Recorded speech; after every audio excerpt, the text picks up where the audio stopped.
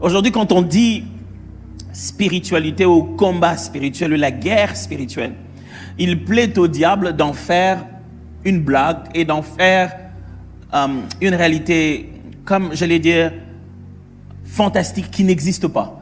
Il est mieux pour Satan d'avoir l'impression de ne pas exister, comme ça il va bien. La base de l'ennemi, c'est qu'il est sournois, rusé. Le diable aime être à un endroit sans qu'on l'appelle Satan. Quand personne l'appelle par son vrai nom, il va bien. D'ailleurs, dans tous les cas, le mot Satan n'est pas un nom propre, c'est une façon de composer un nom.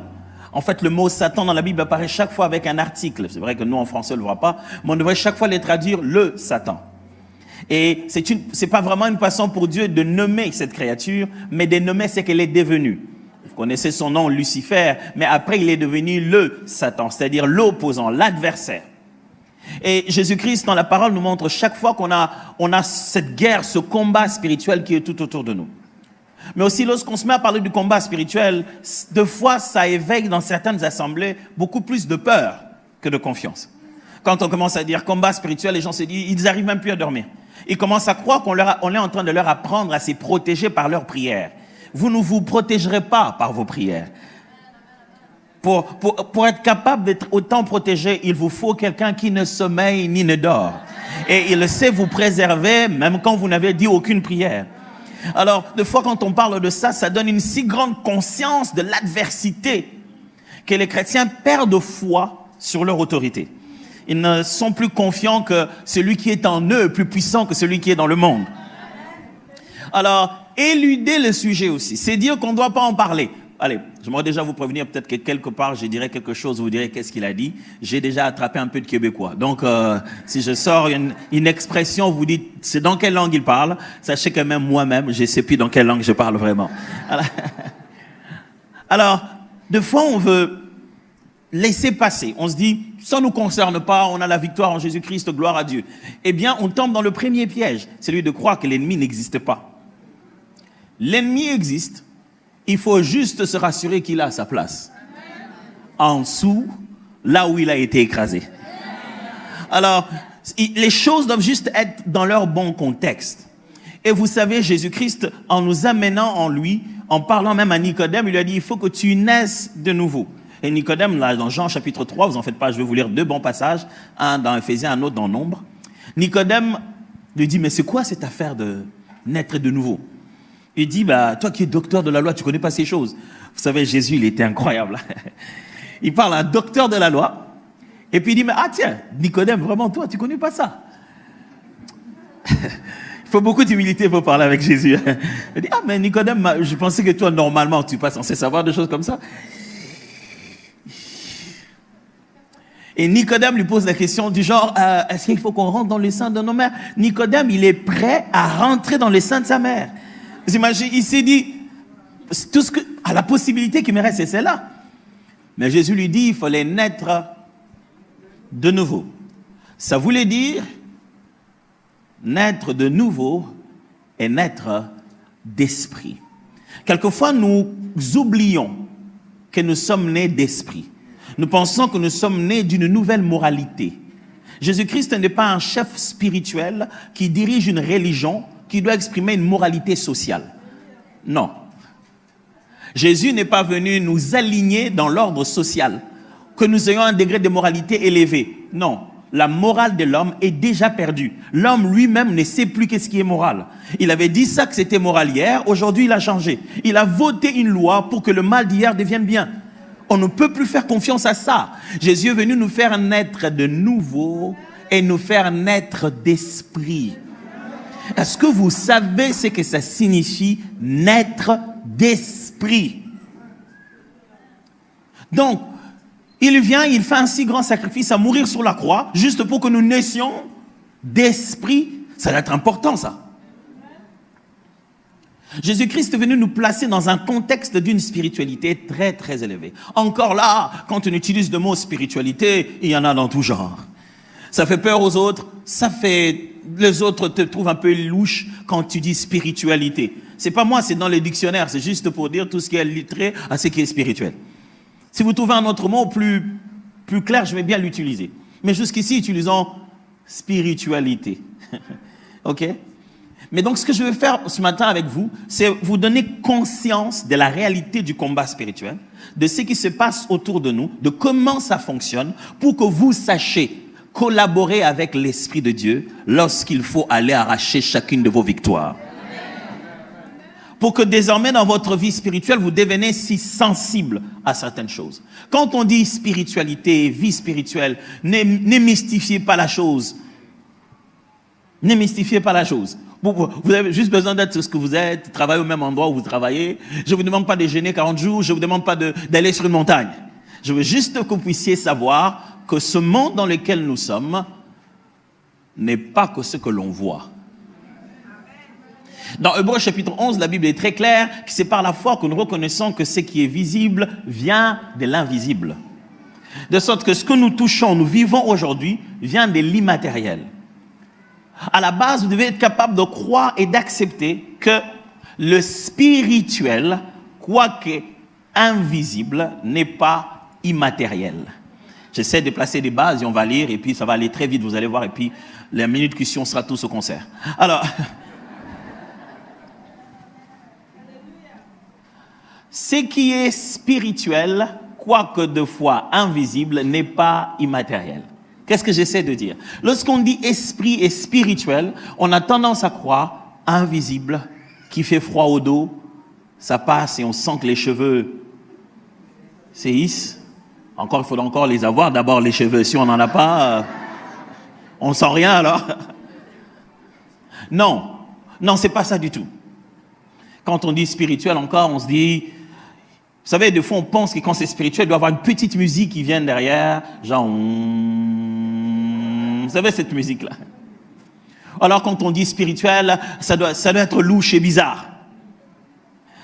On nous a donné tellement des modèles exagérés à travers des arts dramatiques qu'on a même tordu nos croyances. Ce n'est pas ça. Spirituel veut simplement dire la source substantielle de l'existence. Dieu est esprit. Ça signifie que tout ce qui existe par l'élément qui fait exister tout ce qu'il y a. Ok, l'ami, je vais clarifier ça. Ça veut dire ceci. Ça veut dire ceci. Le point de départ de tout ce qui existe, c'est qui maintient. Allez, d'abord, c'est quoi exister? Est-ce que c'est parce que vous voyez que ça existe? Est-ce qu'un iPhone existe? Qu'est-ce que vous en pensez? Est-ce qu'un iPhone existe? Vous êtes sûr? Que si je demande ça à quelqu'un en 1860 et je veux le voir, retour vers le futur. Je n'ai jamais compris cette histoire de retour vers le futur, on vit dans le passé, mais je rentre derrière et je veux le voir. Je lui demande, un iPhone existe-t-il? Il me dira quoi? Il me dira non.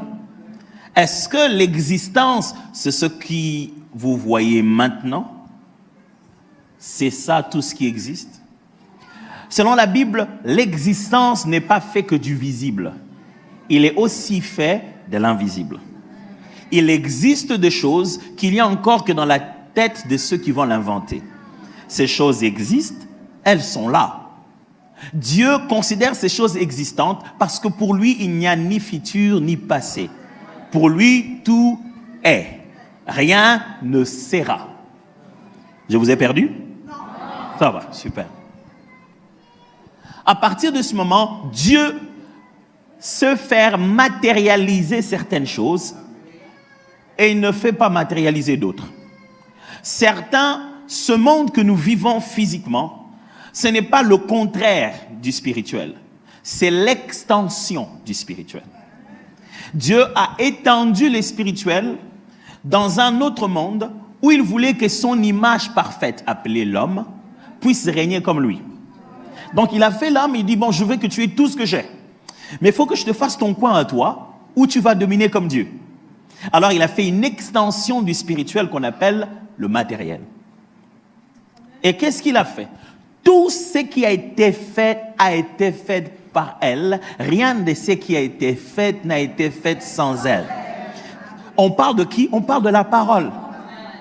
Ça veut dire ceci. La terre sur laquelle vous marchez, la poussière que vous pouvez toucher, ne vient pas du matériel. Ce n'est pas le matériel qui a créé le matériel. C'est le spirituel qui a créé le matériel. Ça signifie ceci, l'esprit a la capacité d'affecter le physique. Toujours avec moi? Très, très important, très, très important. Et quand je dis l'esprit, je ne dis pas que Dieu. Je dis que la réalité spirituelle peut toucher la réalité physique. C'est pourquoi on parle de quelqu'un qui est dérangé par des esprits mauvais, mais qui produit en lui une maladie. Quelque chose que vous pouvez donner diagnostic, mais la source de ça est spirituelle. Ok, bougeons un peu. Allons dans un autre domaine. Aujourd'hui, on va voir le médecin, il nous écoute, il nous entend, il comprend ce qu'on veut dire, et puis il bouge la tête, et puis voilà, il dit, ok, super, je vais t'envoyer faire 2 ou 3 examens, et puis tu vas faire des examens, et il va écrire une ordonnance, et tu vas boire, et tu es super guéri. Tu vas bien.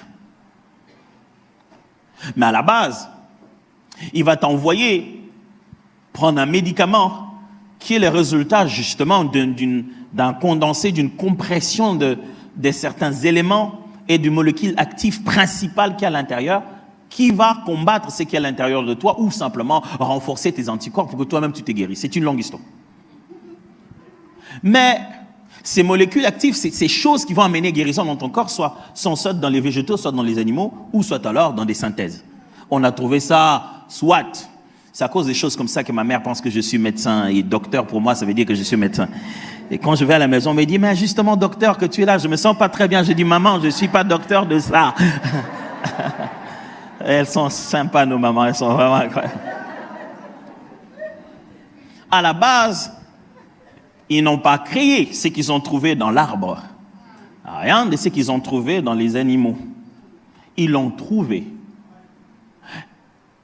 Et ça vient de la parole.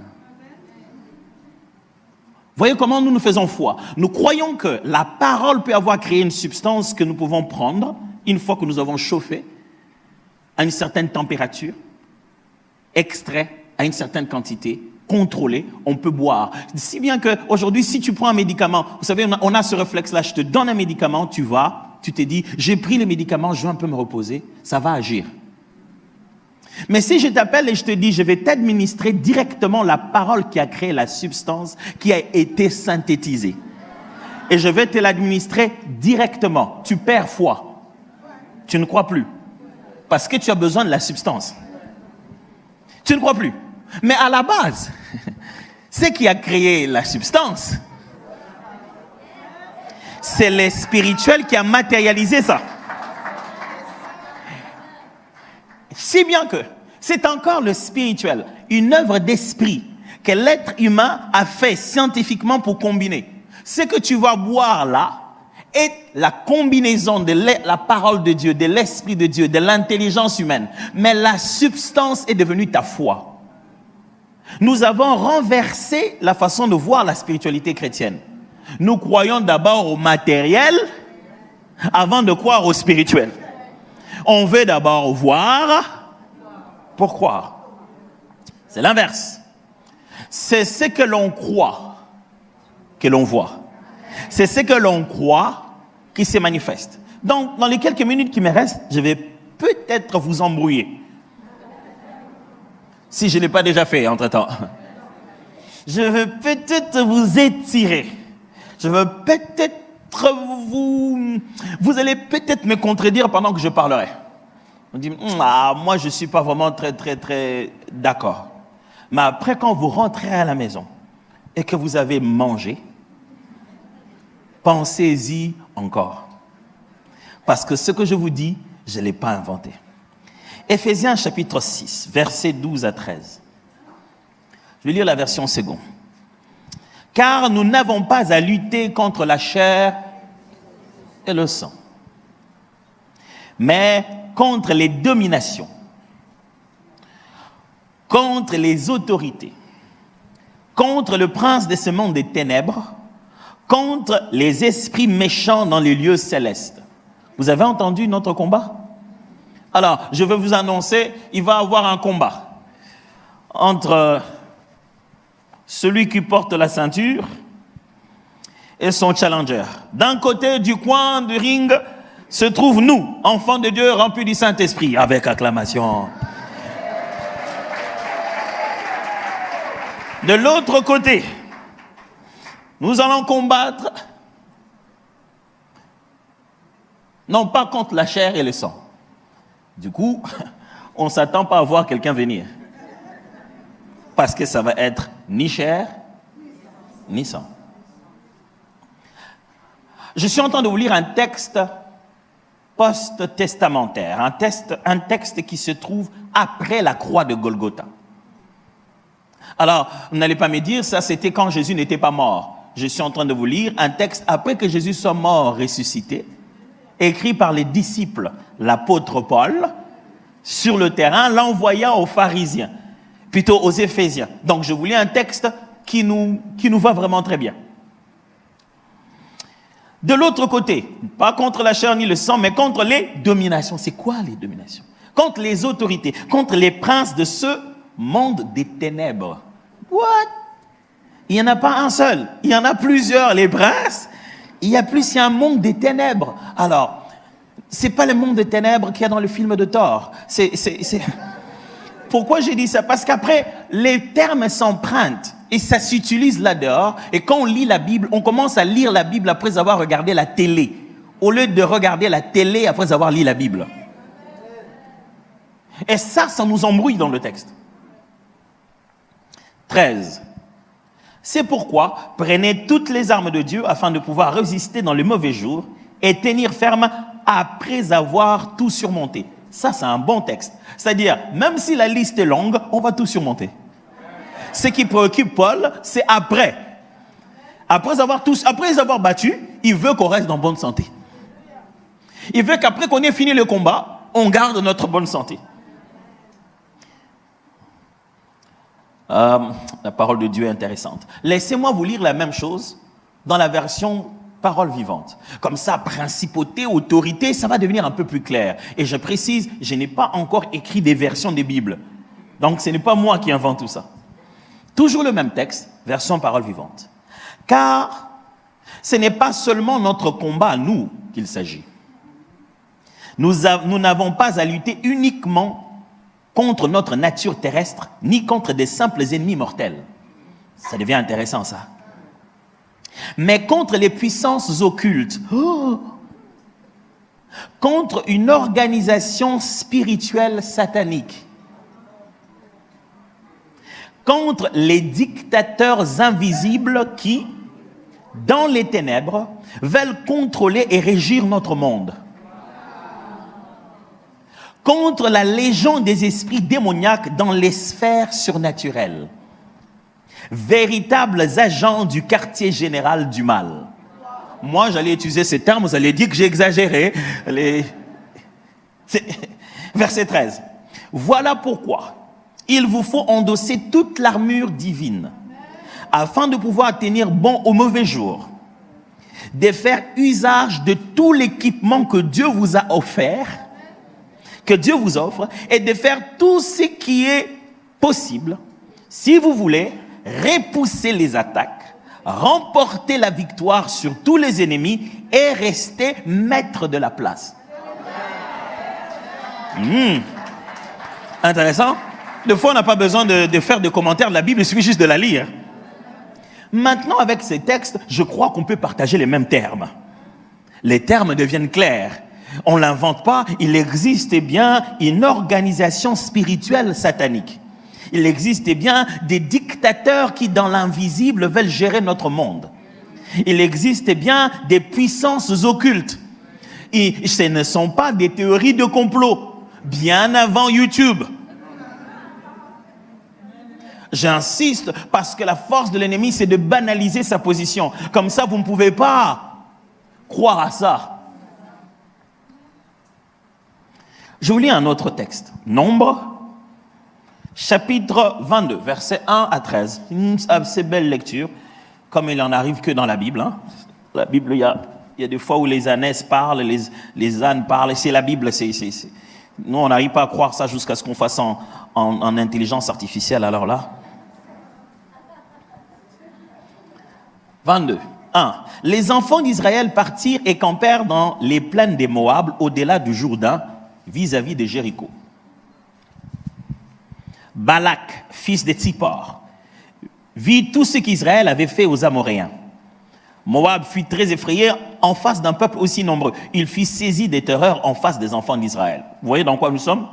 On est dans une histoire de guerre. Les peuples d'Israël n'ont encore rien fait aux Moabites. Ils sont juste là, en train de camper. Le roi est mal à l'aise. Il dit, ces gens, ils viennent de battre les Amoréens. Et ils sont trop nombreux. Et il est mal à l'aise. Moab dit aux anciens des Madians, cette multitude va dévorer tout ce qui nous entoure. Israël n'attaque personne, ils sont juste là, mais c'est l'ennemi qui a peur. Comme le bœuf broute la verdure des champs, Balak, fils de Tsippor, était alors roi de Moab. Le roi, il s'est dit, ces gens sont trop nombreux, ils vont nous brouter comme la vache broute l'herbe. Quoi. Imaginez à quel point ils ont peur. Imaginez à quel point l'adversaire a peur. On n'a même pas engagé de bataille. 5. Il envoya des messagers auprès de Balaam, fils de Béor, à Pétor sur le fleuve, dans le pays des fils de son peuple, afin de l'appeler et de lui dire. Il a envoyé le message. Le roi Balak a envoyé le message à un certain voyant Balaam. Et voici ce qu'il envoie. Voici un peuple est sorti d'Égypte. Ils couvrent la surface de la terre et ils habitent vis-à-vis de moi. Viens, je te prie, maudis-moi ce peuple, car il est plus puissant que moi. Quelle stratégie de combat, ça? Donc, le roi, les généraux, les officiers de combat, les départements d'intelligence et des renseignements, ils ont mélangé CIA, FBI, toute abréviation que vous voulez. Ils se mettent ensemble et disent, notre solution, il faut qu'un gars puisse le maudire. Ce n'est pas parce qu'il manquait des armes. Ils ont dit, ils sont si nombreux que le seul moyen d'avoir avantage sur leur nombre, ce n'est pas de les tuer progressivement. Il va substituer la faiblesse du nombre par une autorité spirituelle. Il dit, on est peu nombreux, pour gagner les plus nombreux, il faut que nous puissions les baisser spirituellement. Ils seront toujours 1000. Mais 1000 maudits ne vaut que 100. Est-ce que vous me suivez très bien là? Il dit, la valeur de leur nombre n'aura plus le même impact sur terrain pendant la guerre s'ils sont sous une influence spirituelle. Alors, il dit, viens, je t'ai pris, maudis ce peuple, car il est plus puissant que moi. Oh, il y a un moyen de diminuer la puissance et l'avantage naturel que Dieu a donné aux gens. La personne est naturellement puissante parce qu'ils sont plus nombreux. On peut rendre un peuple puissant faible.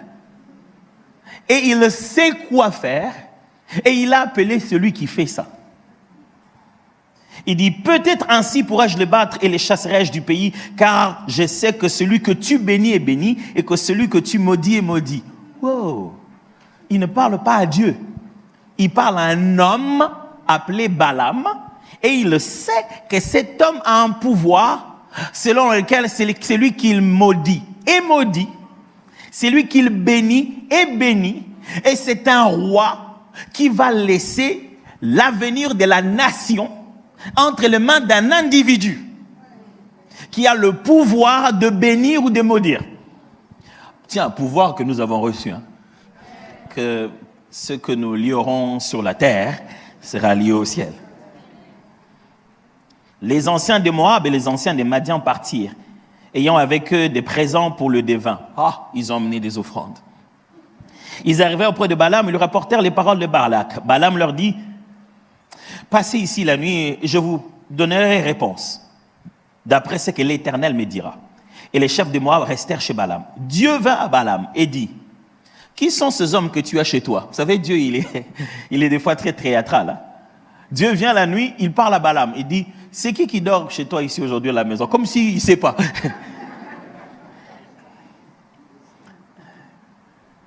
Balaam répondit à Dieu, Balak, fils de Tsippor, roi des Moab, les a envoyés pour me dire, voici un peuple sorti d'Égypte, il couvre la surface de la terre, viens donc maudis-les, peut-être ainsi pourrais-je les combattre et les chasserai-je. Dieu dit à Balaam, tu n'iras point avec eux. Tu ne maudiras point ce peuple, car il est béni. Ok. Moi, j'ai un problème avec ces textes. Dieu, si tu sais que même si Balaam parle, ça ne fera rien, pourquoi tu l'arrêtes?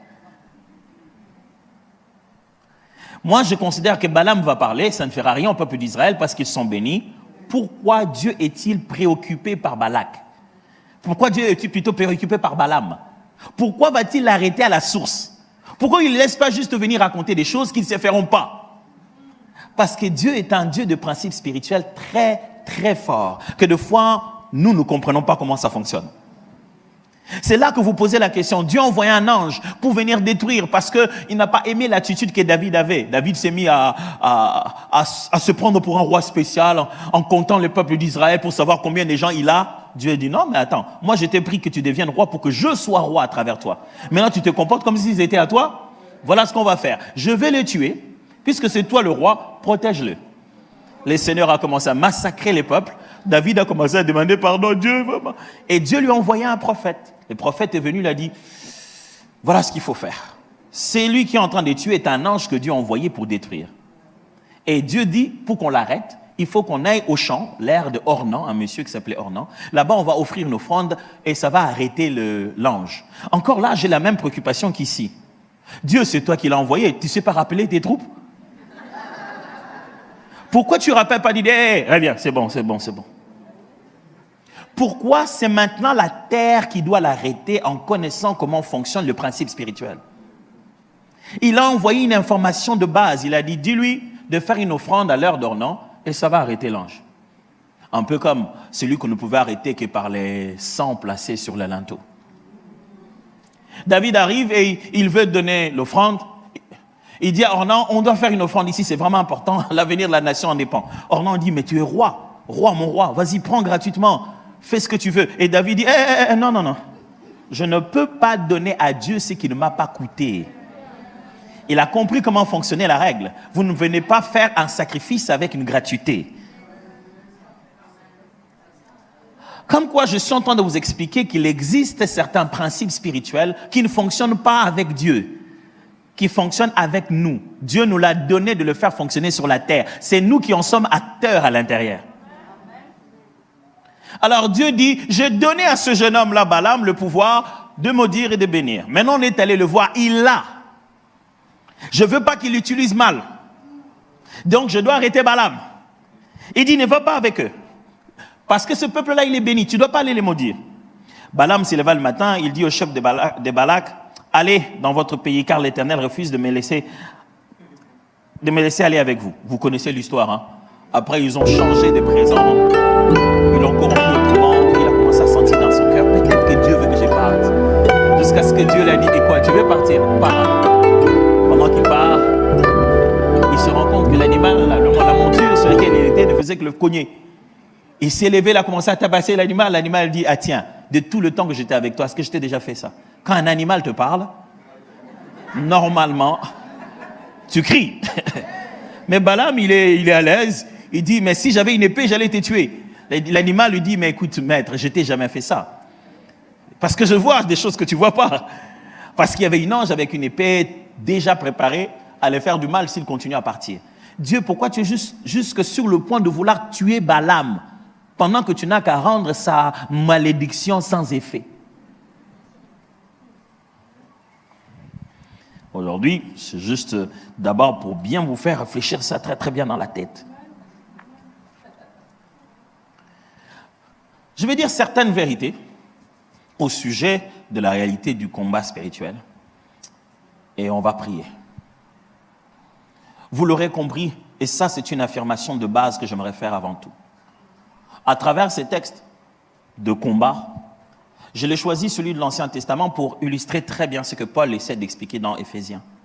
Vous êtes dans un contexte de combat dans l'Ancien Testament, mais vous voyez la dimension spirituelle dans un combat physique. À travers ce combat, vous voyez que la guerre n'est pas au niveau du corps. Même dans l'Ancien Testament, on savait qu'il n'y a pas à combattre avec la chair et le sang. Même derrière la chair et le sang se trouve une spiritualité à combattre. Ils allaient faire une guerre avec les épées, mais il a eu d'abord besoin d'avoir plus de meilleurs angles, gagner de l'avantage dans la dimension spirituelle de la chose.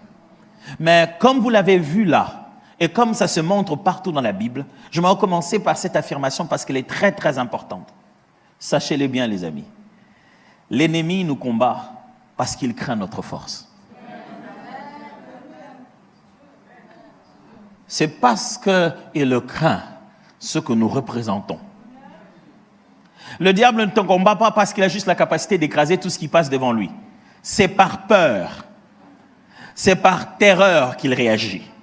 Comme Balak a regardé, il a dit, ce peuple est nombreux, il va nous massacrer. Le diable est hanté par l'image des possibilités, des choses que nous pouvons le faire. Pour quelqu'un qui a déjà eu un souvenir d'une tête écrasée en public, quand il voit venir les gens de la même race, il dégaine en premier. Même quand il nous voit passer au cours de la rue, on passe, on n'a rien fait à personne, on ne fait que passer, il dit, ces gens je les connais, ils passent comme ça, après ils vont me laisser une cicatrice. Frères et sœurs, tu n'es pas dérangé parce que tu es faible. Tu es dérangé parce que tu as quelque chose. Écoute-moi, si tu as l'impression que... Pourquoi c'est si dur comme ça, Seigneur? Pourquoi c'est si dur? C'est si dur parce que tu es si fort, parce que tu es si puissant. Ce genre de choses n'arrivent qu'aux gens de ta catégorie à toi. La réaction de l'adversaire, de l'ennemi vis-à-vis de nous montre de quoi il a peur. Frère, ce n'est pas à toi d'avoir peur. C'est toi qui fais peur. Si tu vois quelqu'un marcher seul et on veut lui faire du mal, les gens viennent par vingtaines. Franchement, entre nous, tu te dis, mais c'est injuste. Mais vous ne pouvez pas venir si nombreux. C'est là qu'ils vont vous dire, ah, mais vous ne savez pas ce gars de quoi il est capable. Hein? Vous ne savez pas de quoi il est capable. Moi, des fois, je regarde comme ça dans des films. Je fais un gars normal, taille normale. Il va quelque part et puis les gens sortent avec des couteaux, des bâtons. Et ils ne bougent même pas. Et ils les regardent. Alors surtout ça, si c'est un film de Bollywood, ils le regardent longtemps. Et ça fait... Ouh, ce qui va se passer là, vous allez aimer. Les temps que celui-là lève le main, il a déjà tapé tout le monde et il est... Et c'est dans ces films-là que tu te rends compte, oh, il devait venir assez nombreux. Le gars, il était beaucoup plus fort que je l'imaginais. Mon frère, si tu continues à vivre malgré les attaques de l'ennemi, malgré les mauvais songes avec lesquels tu te réveilles, malgré les combats de Satan, malgré l'oppression, mais t'es encore là, c'est que celui qui est en toi est plus puissant que celui qui est dans le monde. C'est la preuve que quelqu'un a peur. Je ne sais pas si je parle à quelqu'un ici, mais quelqu'un quelque part a très très très peur de ce que cette église peut faire. La raison de tes batailles, c'est la peur qu'on a de toi. Pourquoi tu n'as pas confiance en toi-même? Et ils le savent. Toi, tu te dis, non, mais bon. Pourquoi le diable va combattre quelqu'un comme moi? S'il combat les pasteurs, je comprends. Et ils chassent des démons, ils font des délivrances. Ce sont ces esprits-là qui reviennent vers eux. Non, mes amis, ne réfléchissez jamais comme ça. Arrêtez de réfléchir comme ça. Oh non, puisque les pasteurs, ils chassent des démons, alors les esprits-là viennent les combattre. Je ne sais pas d'où est-ce que vous tirez ça. Donc, je suis engagé par un Dieu qui me donne le pouvoir de terrasser l'adversaire, mais ne donne pas la capacité de me protéger par une riposte. Ça, c'est un mauvais contrat. Tu me donnes le moyen d'aller exploser et tu ne garantis pas ma famille. La bombe que j'ai explosée chez l'adversaire ne marche pas quand je suis chez moi. Donc, tu me donnes la capacité d'attaquer l'adversaire et non pas la corde des anges pour prendre soin des miens. Ça, c'est pas biblique. Non, que le diable arrête de vous faire croire que non, les démons que nous chassons reviennent chez nous pour faire quoi que ce soit. Ils ne reviennent pas. Ils ne reviennent pas. Ils savent comment ils vont souffrir. Quand ils reviennent, je vous assure, nous sommes surprotégés. Je ne sais pas de quoi vous parlez. Mais moi, je ne veux pas me pavaner dans le monde à me battre contre des esprits en me disant que mes enfants là-bas sont en danger. Ils sont en danger de quoi? De quoi? Il ne sommeille ni ne dort celui qui garde Israël. Vous pensez que là où moi je le suis parce que je suis qui? Frères et sœurs, ce n'est pas parce que vous êtes celui qui prie le plus longtemps. Que le diable va... Vous savez, il y a des gens qui disent, je ne dérange pas Satan, il ne me dérange pas. Mauvaise nouvelle. Non, il y a des gens qui disent, moi je ne prie pas beaucoup, je ne vois pas ce que le diable va faire avec ma vie. Mauvaise nouvelle. En fait, le diable n'a pas d'autre travail. Il est à temps plein à être Satan. Donc tout ce qu'il sait faire...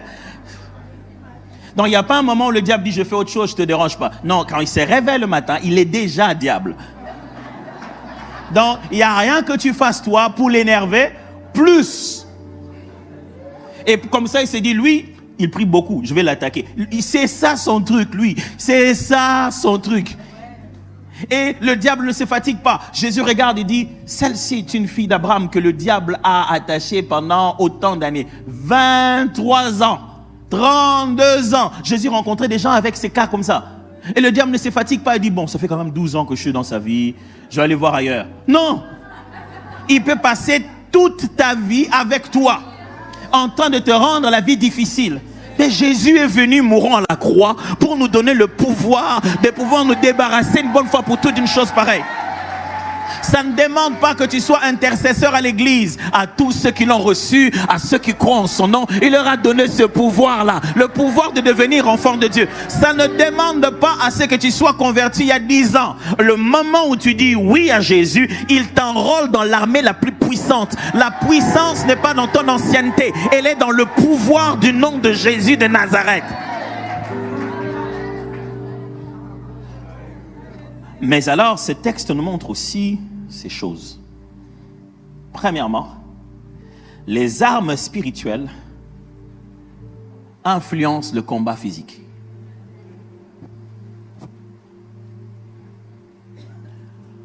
Les armes spirituelles influencent même le combat physique. C'est ce que ce texte nous montre. Ce texte montre que devant une guerre physique, le roi s'est dit, je préfère le prendre spirituellement.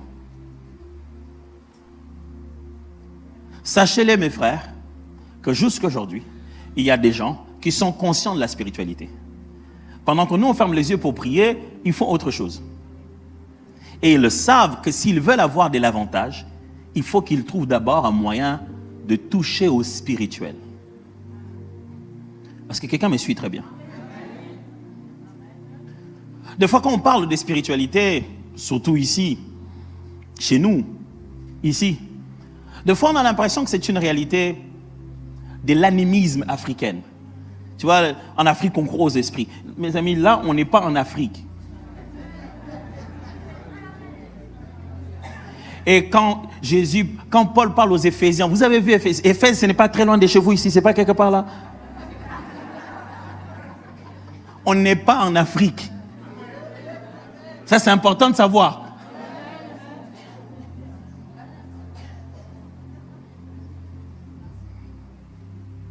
Ce n'est pas par manque de développement, parce que la science n'a pas beaucoup évolué. Aujourd'hui encore, on continue à croire que la forme d'intelligence primitive est beaucoup plus élevée que celle d'aujourd'hui. Que les gens de structure, que les gens qui nous ont précédés ont bâti sans les moyens que nous avons. On se pose la question, avec quelle forme d'intelligence ils ont bâti ça? C'est pas parce qu'ils étaient moins intelligents. Tout ce que nous avons aujourd'hui, c'est eux qui ont inventé. Nous avons fait progresser leurs initiatives. Donc, ce qui est spirituel est réel. Vous savez, avec la spiritualité, le problème c'est quoi? Même si vous ne croyez pas que ça existe, vous la subissez. Même si vous ne croyez pas à ça, vous subissez. Vous ne croyez pas qu'il y a réchauffement climatique? Vous allez voir quand vous allez transpirer.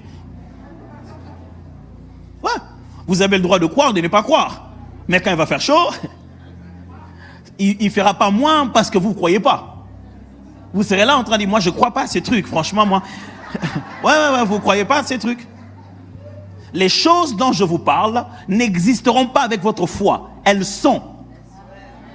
C'est à vous de décider si vous savez et vous savez qu'elles existent et comment intentionnellement opérer dedans.